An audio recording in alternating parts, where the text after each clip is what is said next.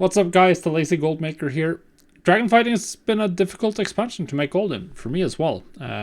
So today I'm going to show you exactly what I'm doing right now. Like what are my alts, what am I using them for, and all that stuff. So obviously on the screen you can see both my accounts open at the same time. I have two accounts, which is obviously a huge advantage. I have 3 level 70s and a couple of other characters that have access to Dragonflight professions.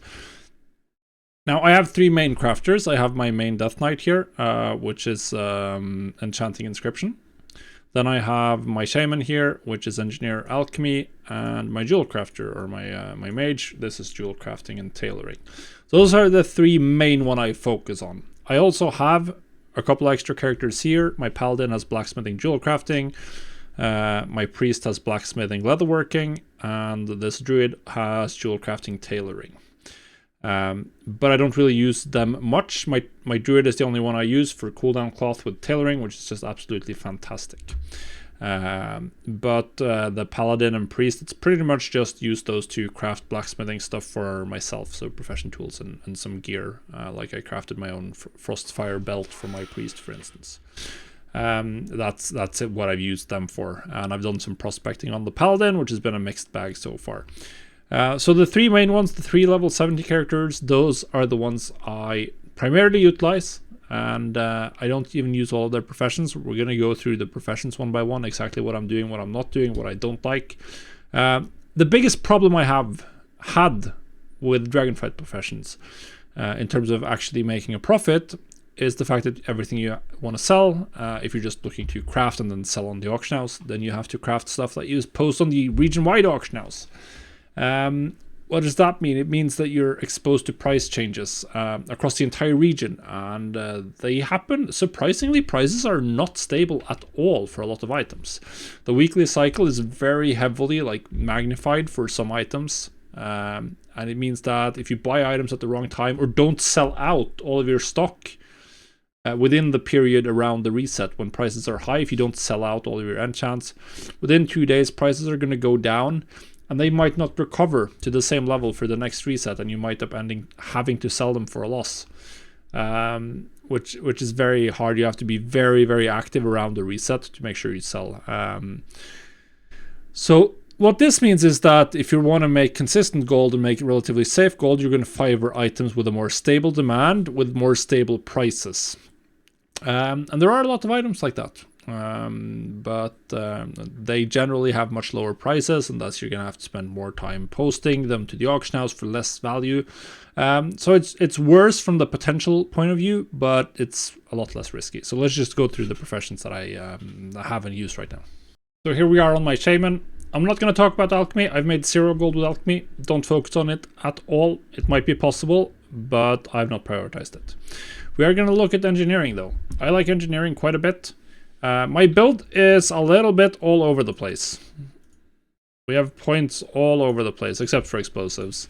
I've had success with a bunch of different items.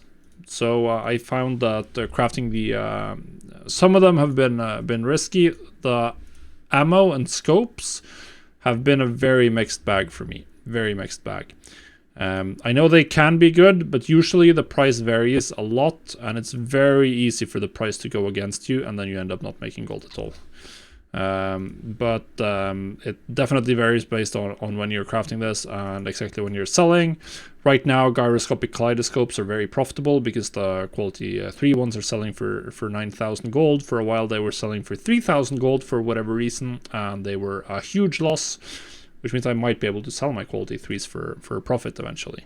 But it's the same with the needles. The quality 3 items tend to change a lot in price, a lot.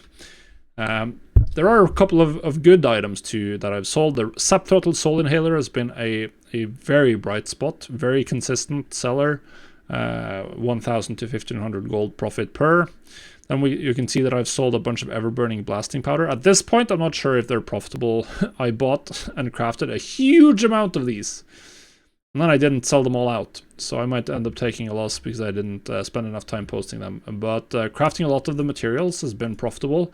And I do have most of the points that are going to improve material crafting. I'm still missing some resourcefulness here. but I do have the chance to proc rousing, which is very, very small chance, by the way, very small chance. But yeah, there's good recipes all over the place here, particularly if you have the right tools. You definitely need to have multiple tools for engineering, by the way.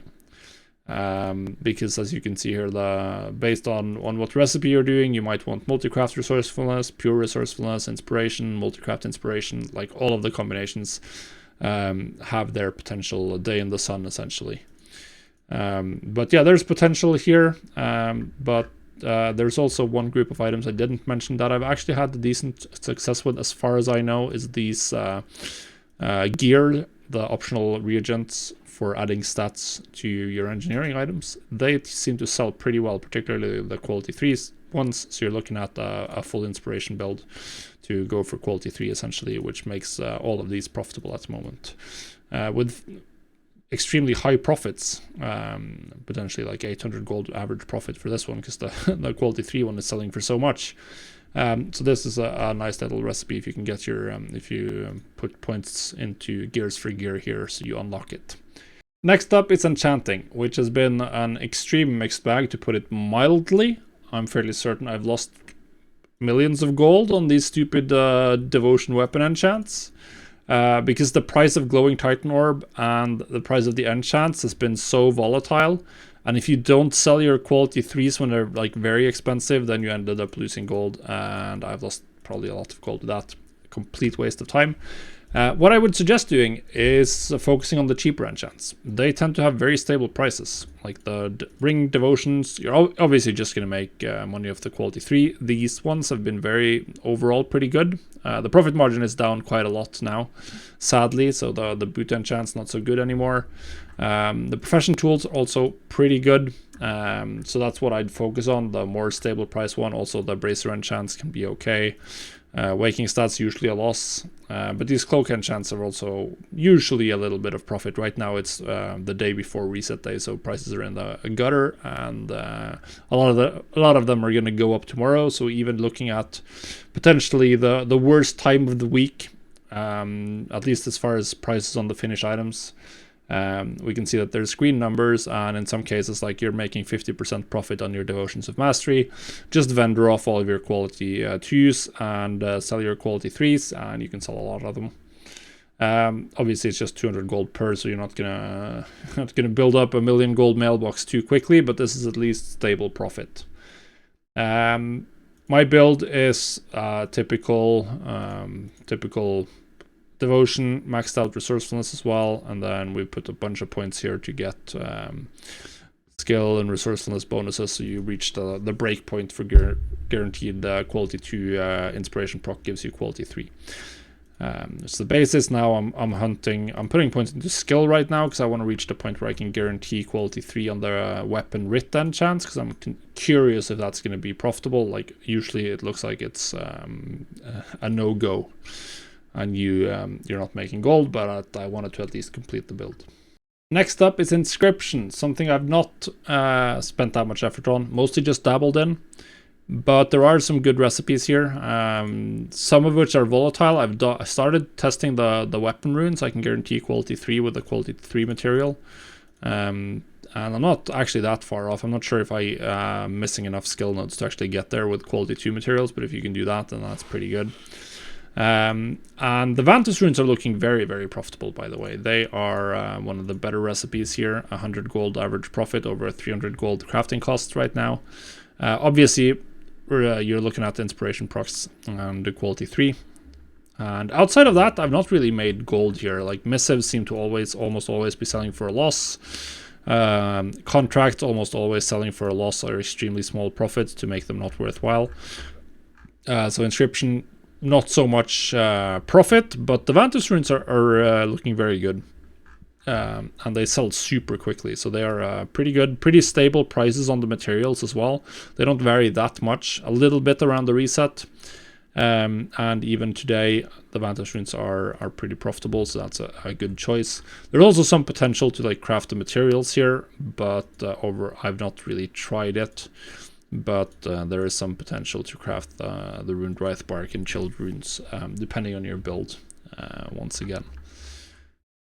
Lastly, for Inscription, now that they've reduced the number of orders you can do, there's now some free gold every week from the treatises if you've unlocked treatise recipes, particularly on the reset day, and even now there's usually a couple of orders available, so you can make a couple of 100 gold a day.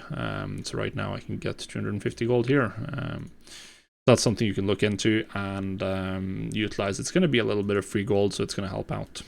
So definitely do that. Get a resourcefulness tool so you can yoink materials and hopefully get the awakened back and make some gold. So now we're on to my last crafter, and this is the best one in my opinion. These are the two professions that have been the most stable overall, and that I'm fairly certain I've always made a gold with, or made gold, not perhaps on every recipe all the time. Jewel crafting, this is great. I have my build is this. You don't actually need to go to the end point here, but it's useful for getting higher skill, and you might be able to get some crafting orders, although I think most of these are going through personal orders. And then you have max skill, max resourcefulness. Inspiration is you don't care about that because you can reach guaranteed quality 3, and you're selling gem cuts. Obviously, you're relying on the multi-craft and resourcefulness procs to actually make gold here, but you're usually looking at the profit. So 260 gold right now. Okay, this one's selling for a loss. This one's selling for so little profit it's not worth it. But then we have 200 gold here. Okay, Nosterites, that's a meme recipe. 250, 88, whatever, 200. So a lot of them are profitable with very small margins right now, and tomorrow is the reset day when typically a lot of these get reset and the profits go through the roof. And sell rates as well, very high on reset days. So this is pretty good. You're looking at anywhere from 200 to 500 gold profit per craft on average, and the gems sell really quickly. Usually, particularly on reset days, when you're posting, you just post, and most of them will sell, and that's it.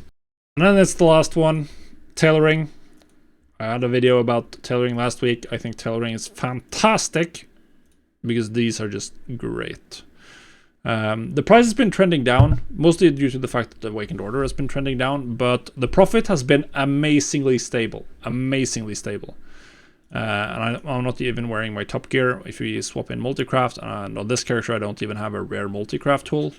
But yeah, looking at 500 gold profit per craft of Asherweave Bolt, 300 gold per craft of Chronocloth. Of course, this character has a lot of knowledge, so like we're pretty close to being completely maxed out for the value. But even on my other extra cooldown cloth character, it's looking pretty good. And there's something that makes the entire stack of uses reset after a while. I don't know, you're supposed to get one charge every 16 hours.